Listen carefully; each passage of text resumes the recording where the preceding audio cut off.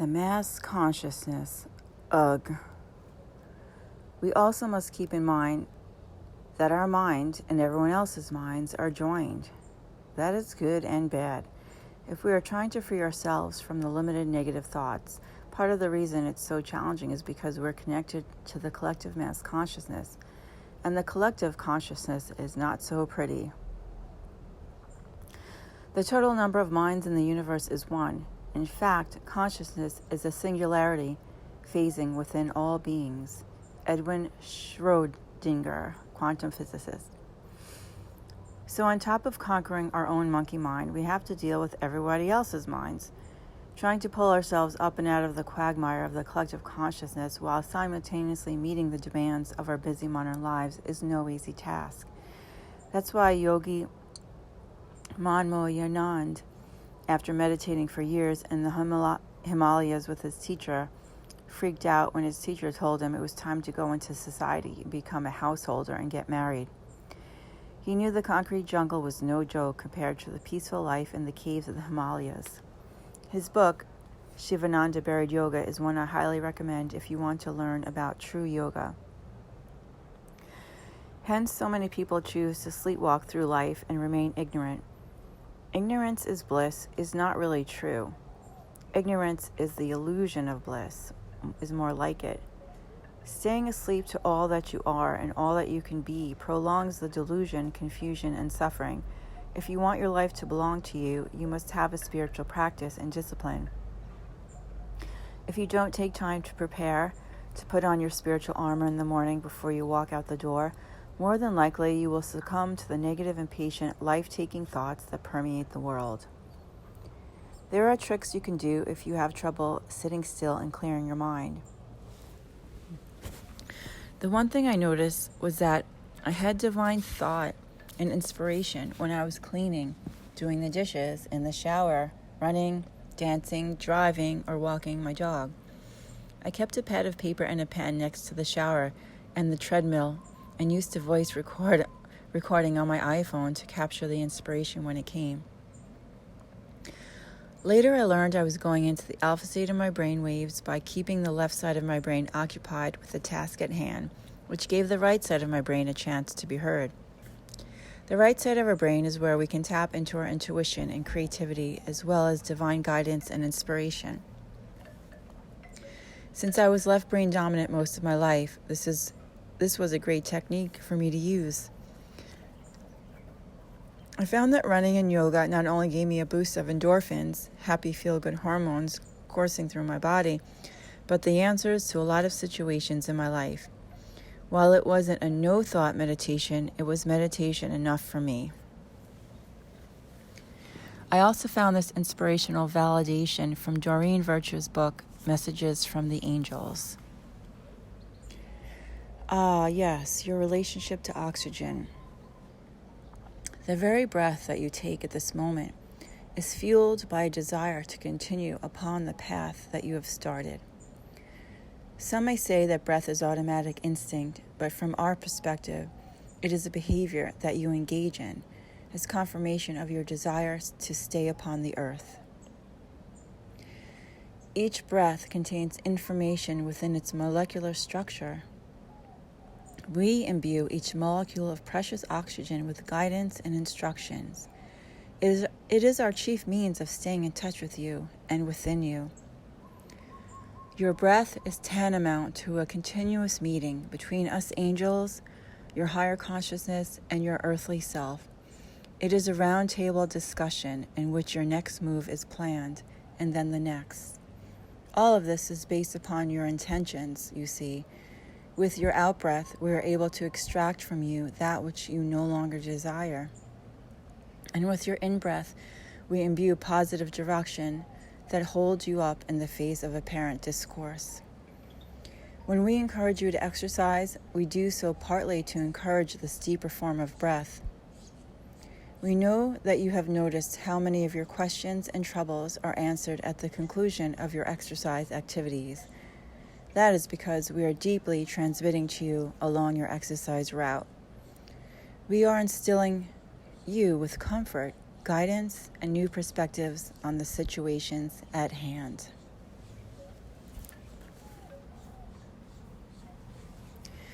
Breath of the awakening heart. One of the most effective and least expensive ways, free actually, of finding inner peace is to pay attention to the breath. It's eye-opening when we start to pay attention to our breathing during the course of the day, how often we are barely breathing or even holding our breath. I never realized how important breathing was until I started practicing yoga.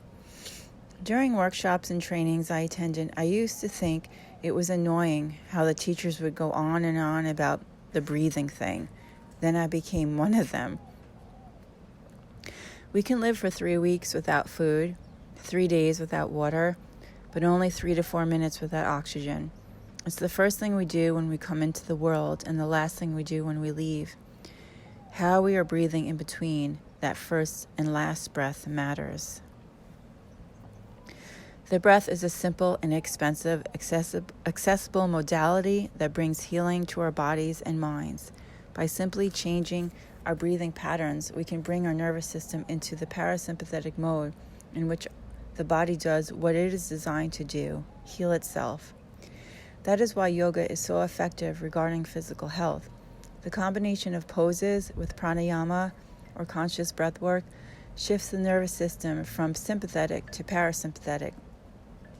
Being in a state of sympathetic nervous system or fight or flight comes in handy when you really need the adrenaline, but to be in it constantly causes a cascade of damaging effects to the body by creating imbalances in the hormones and blood chemistry.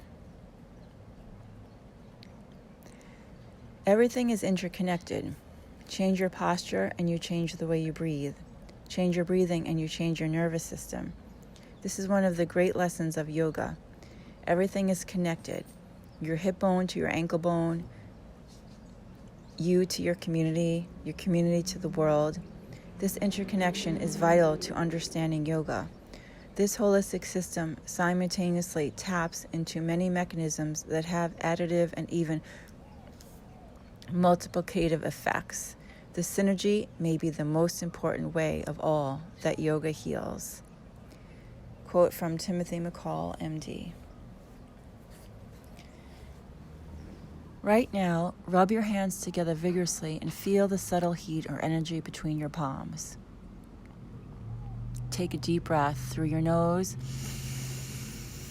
down into the bottom of your belly, relaxing your stomach muscles like a big Buddha belly. Place your hands on the crown of your head and slowly drag your fingers down your face, exhaling through your mouth like a slow leak in a tire.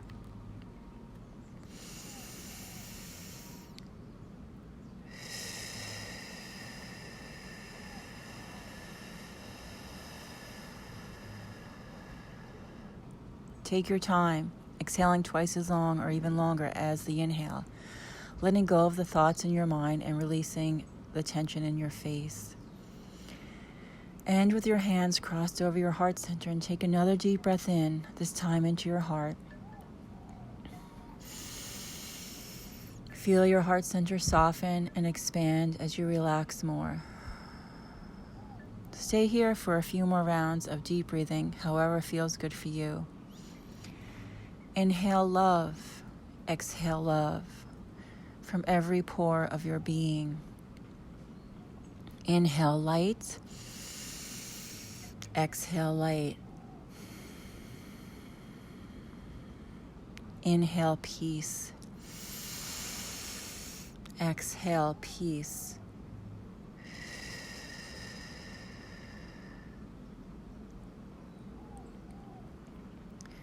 Smile from your heart and let it pop out onto your beautiful face. All is well, and so it is.